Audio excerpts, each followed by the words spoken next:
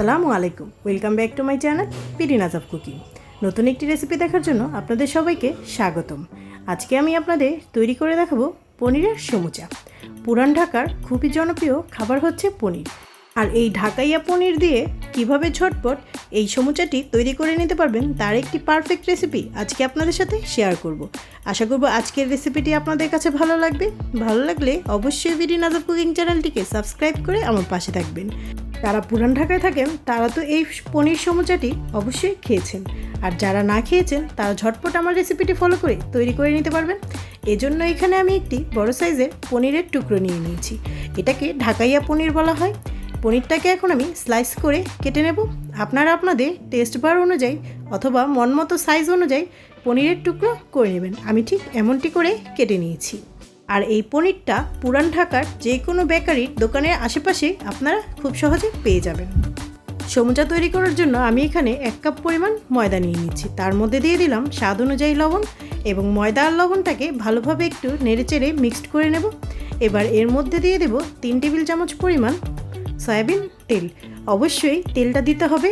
তেলটা দিলেই এই পনিরের সমুচাটা খুবই মুচমুচে আর ফ্লাপি হবে, সেটা আপনারা একটু পরে দেখেই বুঝতে পারবেন।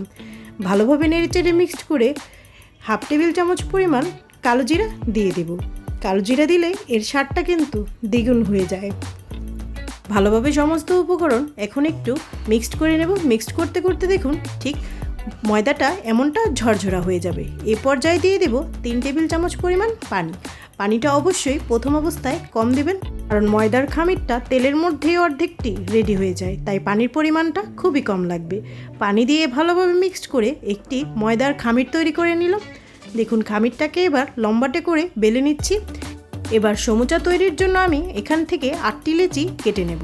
আপনারা আপনাদের সাইজ অনুযায়ী লেচি কেটে নেবেন। বড় সাইজের করতে চাইলে 6টি লেচি কাটবেন, আর ছোট সাইজের করতে চাইলে ঠিক আমার মতো 8টি লেচি কেটে নেবেন।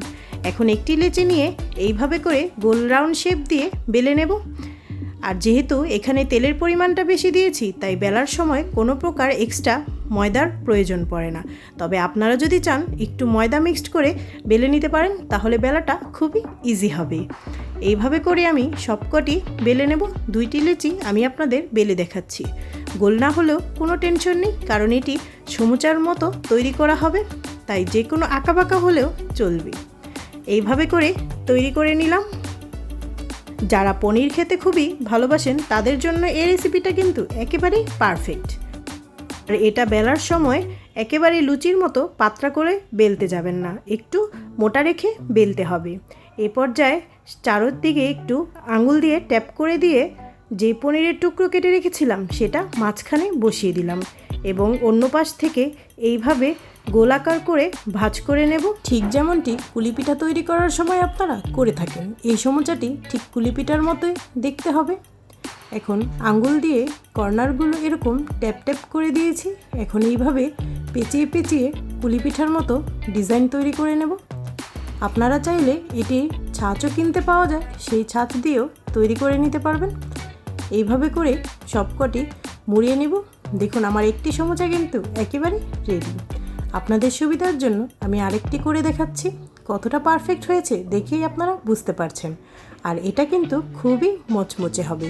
সাইজটা অবশ্যই আপনারা আপনাদের স্বাদ অনুযায়ী করে নেবেন। মন মতো পছন্দ অনুযায়ী প্রতিটা পনিরের সাইজ কেটে নিয়ে এই সমুচাটি পারফেক্টভাবে তৈরি করে নেবেন। এই সমুচাটি খেতে কিন্তু খুবই অসাধারণ লাগে। অবশ্যই একবার হলে এই রেসিপিটা তৈরি করে দেখবেন। দেখুন আমি কিভাবে আঙ্গুল দিয়ে দিয়ে মুড়িয়ে নিচ্ছি, ঠিক যেমনটি পুলি পিঠার ক্ষেত্রে করে থাকি। এইভাবে করে সবকটি তৈরি করে নেব। আর আপনারা চাইলে এটাকে ফ্রোজেন করেও রেখে দিতে পারেন। সবকটি তৈরি করে নিয়ে এরকম একটি ডিশে ঝরিয়ে ডিপ ফ্রিজে 2 ঘন্টার মতো রেখে দিলে এটি হার্ড হয়ে যাবে। তারপর হার্ড হওয়া অবস্থায় এয়ারটাইট বক্সে ভরে রেখে ফ্রোজেন করতে পারেন। আর যখন তখন ভেজে গরম গরম তেলের মধ্যে দিয়ে ভেজে নিতে পারেন। ভাজার জন্য চুলায় একটি প্যান বসিয়ে দিয়েছি, তার মধ্যে পরিমাণ মতো তেল দিয়ে তেলটাকে হালকা গরম করে নিয়েছি। এর মধ্যে সমুচাগুলো আমি দিয়ে দিচ্ছি। দেখুন একে একে কিন্তু সমুচাগুলো ফুলে উপরে উঠে এসেছে। কতটা পারফেক্ট হয়েছে দেখেই আপনারা বুঝতে পারছেন। আর এই সমুচাটি মুচমুচে করার জন্য অবশ্যই মিডিয়াম ফ্লেমে একটু সময় নিয়ে সমুচাগুলোকে ভাজতে হবে।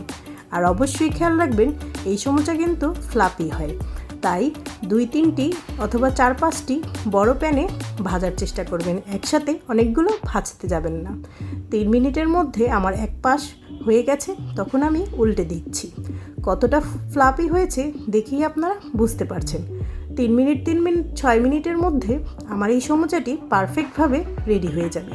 আর একটু সময় নিয়ে ভাজলে এর মুচমুচে ভাবটা অনেকক্ষণ স্থায়ী থাকে। যদি ঝটপট ভেজে নেন তাহলে কিন্তু ভাজার কিছুক্ষণের মধ্যে তেনিয়ে যাবে। এইভাবে করে সবকটি সমুচা আমি ভেজে নিচ্ছি। দেখুন আমার ভাজা হয়ে গেছে, এখন আমি ডিশে তুলে নিচ্ছি। কতটা পারফেক্টভাবে ভাজা হয়েছে, কালারটা কতটা সুন্দর এসেছে দেখেই তো আপনারা বুঝতে পারছেন। সবকটি সমুচা আমার ভাজা হয়ে গেছে। টমেটো সস অথবা মেয়োনেজ দিয়ে খেতে কিন্তু এর স্বাদ খুবই অসাধারণ। আবার এমনিতেও খেতে পারেন। পনির লাভার যারা আছেন তাদের জন্য এই রেসিপিটা একেবারেই বেস্ট। কতটা ফ্লাফি হয়েছে আর অনেক মোচমোচে হয়েছে তা তো দেখেই আপনারা বুঝতে পারছেন। আশা করব আজকের এই পনিরের সমুচা রেসিপিটি আপনাদের কাছে ভালো লেগেছে। ভালো লাগলে অবশ্যই আমার চ্যানেলটিকে সাবস্ক্রাইব করে আমার পাশে থাকবেন। লেচি কাটার সময় প্রতিটা লেচির সাইজ যদি একই রকম থাকে তাহলে প্রত্যেকটি সমুচার সাইজ কিন্তু একই রকম হবে। একটি সমুচা ভেঙেও দেখাচ্ছি, দেখুন ভিতরের পনিরটা কিন্তু গলে একেবারে চিজ হয়ে গেছে। অবশ্যই রেসিপিটা ট্রাই করবেন, এর স্বাদ কিন্তু খুবই অসাধারণ। আজকের মতো বিদায় নিচ্ছি, আল্লাহ হাফেজ।